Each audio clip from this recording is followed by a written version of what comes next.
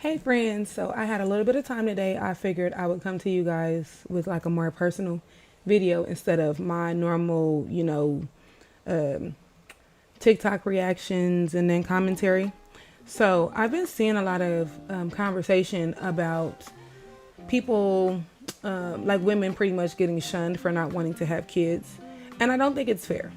I feel like as a parent, I'm a mother of four. As a mother of four, it's really difficult to care for all of these little people, right? Like financially, mentally, there's a lot of guilt involved. There's a lot of expected perfectionism. And I'm not even talking about what society puts on us. I'm talking about like what I put on myself. And I have help. Like, so I can't imagine. I always say, like, I feel like as women of color specifically, we get gaslit a lot as far as single mom culture goes. And I think that the people that do it to us, either they forget or they neglect the fact that not everybody is a single mom because they picked wrong, right? Sometimes you're simply a single mom because your partner passed away. It's not always somebody's in jail. Your partner passed away. Or sometimes people have horrific accidents and they become paraplegics or they become vegetables. And now you're taking care of them and yourself. Like, I have a friend and her stepdad got in a really bad car accident and he suffers from really bad TBI and he's not really any help. You know what I mean? He can't be. There's only so much that he can do. The man don't know his left from his right. You know what I mean? So it's like, I, as a mother, I've never been one of those people to want to tell somebody like, oh yeah, just have one. Like, you'll see, like you'll feel like, what took you so long? No, you won't. No, you will not. Let me say this to you. As someone, when I had my last daughter, I knew before she was even here that I was done. So I remember my second to the last, so my baby boy, when I had him, I'm talking about they took the baby out my uterus, handed him to me, and I literally told his dad, I said, I got it in me to do this one more time, and then I'm done. And when I had Ayana, I literally, like, I want to say Yanni was born in March. Baby, I signed the tubal papers in December. I knew I was done. So I always tell people, like, yes, there may be parts of you that don't want to do this because of maybe trauma. Like we talked about in some of my previous videos, we talked about, the narcissistic parents. We talked about some of those toxic family systems. And those things can for sure make you, I don't want to say afraid, but just make you really, think twice about, do I really want to do this? Do I want to bring a child into this situation? You know what I mean? Like, but I will say, like, some people can't even care for a plant, let alone a child, right? And I've been so overstimulated lately. So let me just speak for myself really quick. I've been so overstimulated lately, you guys. Like, my last two are 4 and 6. Junior just turned 6 on Saturday. And the hardest thing for me is when they get up in the morning and they're still sleepy and it's the whining and the crying instead of just asking for help. Oh, that drives me up the wall. There have been times where I will get so irritated and I have to tell my husband, like, or I'll fuss at him and I'll be like, well, you don't have to deal with this in the morning and it's quiet on your car ride to work. You know what I mean? And I've had to just learn to start telling him, like, I'm overstimulated. And then another thing is, y'all, we don't have a village anymore. We used to have a village. Like, I get so frustrated. This is why a lot of my videos have become about the older generation as well, because I get so frustrated at them when they're like, well, what's so hard about it? I raised you, yada, yada, yada, yada, yada. Well, first and foremost, a lot of y'all are not the same grandparents that we had. Let's keep it a buck. Like, there is no all the cousins go to grandma's house. Like, I remember my grandmother, she worked for a utility company when I was a child. And she was like the head of the carpool. So she had this really, there's something in my eye. I'm sorry, y'all. She had this like really big like van, right? And she would literally like pack up all the grandkids, put us in this van and go find something for us to do for the weekend. Y'all, these parents ain't doing that. These grandparents are not doing that. Like, my father lives out of town, but when my dad is down here, he makes it a point to spend time with my kids. My dad really is the old school grandpa that will like want to send for my kids for the summer. But a lot of us don't have that. A lot of these grandparents are not hands-on anymore. A lot of them would rather just throw money at your kids. You know, it's not a lot of them. There's not really much of a village anymore. And then the sad part about it is like, yes, we're the village, but all of us are busy. So it's like, I think about, what was that movie called? Was it called like the Single Moms Club or something like that? Where they would like, they had a whole group and they would trade off and it'd be like, okay, so I'll take all the kids this night. You guys go out. Like, unless we're doing that, you know, when do you really have time to yourself? And then like, I know for myself, like you guys, I run a business. I run a few businesses, right? But my main business is hairstyling. And for me, it's like, even when I'm off, like today's Monday, today's my off day. I'm also back in school. I'm trying to finish up my degree. So Mondays is my days where like, I'm resetting the house, right? Before I go pick these kids up, dinner is going to already be in the oven. You know, I'm catching up on homework that might have been due or is due either today or tomorrow or what have you. The dog is here. You know what I mean? So, I'm still, I don't have a day just for me. You know what I mean? So that's another thing. Okay, I don't smoke, but I feel like I got cotton mouth. And I know a lot of y'all don't like gum chewing on TV. I mean on TV, Lord Jesus. On camera. And I apologize in advance. I would try my best not to smack, but that's why I keep going. Cause I'm trying to figure out why my mouth feel the way I do. So I apologize, y'all. I'm going to try my hardest not to smack. But I need to do something because my mouth is just... Anyway, so... that is like one of the bigger issues that I have is I feel like when we try to speak to them and tell them what's going on with us, they're so quick to negate what we're going through. And so a lot of my friends and family members and good homegirls on the internet that have opted to be, you know, the good, I call it the fun auntie. So those that have just decided to be the fun auntie, like, I empathize with that. I don't see anything wrong with it. I think that's pretty cool.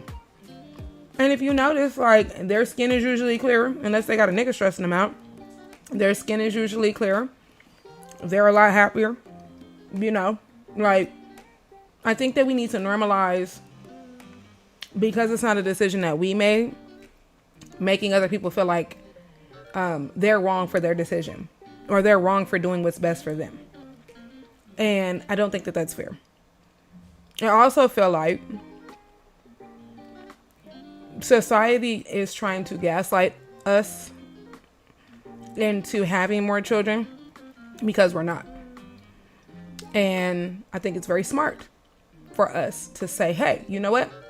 I'm not doing that, or I've had enough, or I'm done. Because the way my parents put it to me when I was growing up was, you have as many as you know that you can take care of by yourself.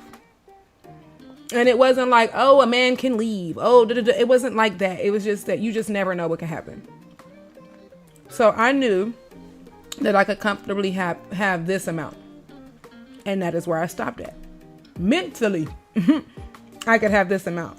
And that is where I stopped at. And my last daughter was born during the pandemic. Y'all, I was mentally fighting for my life. Not only was I going through postpartum, but the world had just gone to shit at the time. And so imagine, like, my junior, I think junior was 1.5 years. So we're at home, we're homeschooling. I'm not working. I just had a baby. I have a toddler. So we're doing homeschooling. I'm trying to run the retail part of my business so that there's still money coming in. And then every day I'm being fed the news and people around me are dropping like flies. Like, imagine what that does to your mental. And I'm one of those people that have had postpartum depression with all 3 of my children. Like, I wouldn't wish that on anybody. Yes, my kids are beautiful. Yes, I love my kids. But I feel like even as a mother, I have to validate to those of you guys that don't have kids or don't want kids, that your feelings are very much valid. And we have to normalize not, what's the word that I want to say? Not projecting our own feelings on other people, and just respecting their feelings and their wants and whatever that is, whatever that means for them. I have an auntie that we just knew was going to be the fun auntie. That child did not have her first baby until she was like 43. And baby, that baby is happy. She's happy. All is well. And she was able to do everything that she wanted to do. And that was just her and her baby. Like, you have to do what works for you. At the end of the day, this life is yours. And only you know how you want to live it. And other people can't tell you to live that for you. You know what I mean? Like, other people can't tell you how to live your life. You know, we've talked about on other videos, like the people pleasing and things like that. And if you live your life for everybody else, you will never be happy. Believe me, I tried. It doesn't get you anywhere. So if you guys like these videos over the TikTok videos, let me know. I plan on going live pretty soon. I'm still working on my camera setup. Like, if you guys see me looking down, my monitor is right here on my laptop. My iPhone is up here. So I'm still trying to figure this whole thing out. But I did want to come and talk to you guys. And that was one of the topics that I wanted to talk about. There was another one. I think somebody wanted me to talk about toxic children. I have that one in the queue, but I haven't posted it yet. So I'll either make another video for it or I'll post it soon. But I'm always open to suggestions. I appreciate having you guys. And before I go, because there's something I want to talk about. Everyone is welcome here, right? This whole entire page is about community. We talk about everything. We talk about whatever's on my mind at the time. We talk about my weight loss journey. We talk about a bunch of things, right? Obviously, most of the things that I speak on from personal experience or from an observational point where I've seen these things with somebody else, right? I say that to say this. There are 1,000,001 people on this app. I am not here to please anybody. I am simply here to be myself and align myself with the correct people. So if my views and values don't align with yours, I'm perfectly fine with that. You are welcome here if you so choose. However, we do not invalidate anyone's experiences on this page. There was a lot of older folks, and I'm saying this as a 34-year-old. There was a lot of older folks that thought it would be very cute to hop in my comment section and dump. If your relationship or lack thereof with your child hurts you, I'm very sorry to hear that. But you do not get to negate other people's experiences because of something that you had going on. Let me also segue into, because I think that you guys missed this mark. A lot of you all have gotten in my comment section and start talking about all that you've done for your kids. And not once have you acknowledged, with the exception of one person in my comment section, not once have you acknowledged the part that you played. None of us asked to be here. Just like you didn't ask to be here, your children didn't ask to be here. If your child has the wherewithal about themselves to say, hey, I really want a relationship with you, but the things that have happened to me in my past are hurting me and I need to come talk to you about it, instead of you getting defensive and telling us what we did or what you did, or what you did or didn't have, or all this money that you spent, actually sit down and listen. Because a lot of the times what's happening is this is their final try with you before they go no contact. And I have a whole nother video on that we're going to be getting to about why millennials and Gen Z are going no contact. It's not us throwing a fit. It's literally that it's a lot less hurtful for me to not deal with you than it is for me to deal with you. So that's a little food for thought. You don't have to agree with me. I'm not looking for yes men. It took me a whole lot of work and I'm very much secure within myself. But what we will not do here is we will not be catty. We will not be rude. We will not be the pot calling the kettle black. We will not be any of that. If you don't agree, that's fine. Another thing, clearly I am a black woman. Okay? I mix with other things way somewhere far down in the line, but I am a black woman. I am a black woman. I present as such. I am very happy to be a black woman. When I post certain videos and I target them towards my community, that is not me being exclusive. That's not me trying to exclude anyone from the conversation. So I don't need you guys to come telling me, oh, this happens in every community. I'm very well aware. My in-laws are Mexican. I went to school with everybody and their mama. The neighborhood that I live in is full of Asian people and Indian people. It's a big ass melting pot. Mind you, I am from Los Angeles. I'm very well aware. But my focus when I'm talking about the uncomfortable things is my people. Because these things have affected me. These things will affect the next generation and the next generation and the next generation. We have got to stop trying to invite everybody to the cookout. and then wondering why they're taking a plate and they're leaving. And then we're still all sitting there hungry. If you don't get my metaphor, if it went over your head, run it back. But when I'm speaking on problems in my community, that doesn't mean that it's not happening in other communities. It just means that I'm speaking on a problem that I have with my community. I don't care if this white mom did it to her daughter. Okay, we know it happens to everybody, but I'm speaking on mine. My mama is black as hell. My father is black as hell. I'm black as hell. I'm speaking on my experience as a black woman. That doesn't mean that these things don't happen to other people. So please spare me. But anyway, that is all I have for you guys today. I love you guys so much. I appreciate you all for being here. I think we have like 500 and something good homies. Let me check real quick. Yes, I now have 561 good homies and homegirls, and I appreciate you all for being here. I'm having so much fun with this. I do have another YouTube if you guys want to follow that one, which is for my business. It's You Pay I Slay, and that's pretty much hair content, and I speak about, you know, whatever's going on over there. So I appreciate you guys. Like I said, I'm always open. We can talk about anything under the sun. If y'all want to hit me about whatever. Another thing that I want to start doing is you guys can definitely like email me, and you can email me like what you got going on, and I can react to that, what have you. This is a healing space, okay?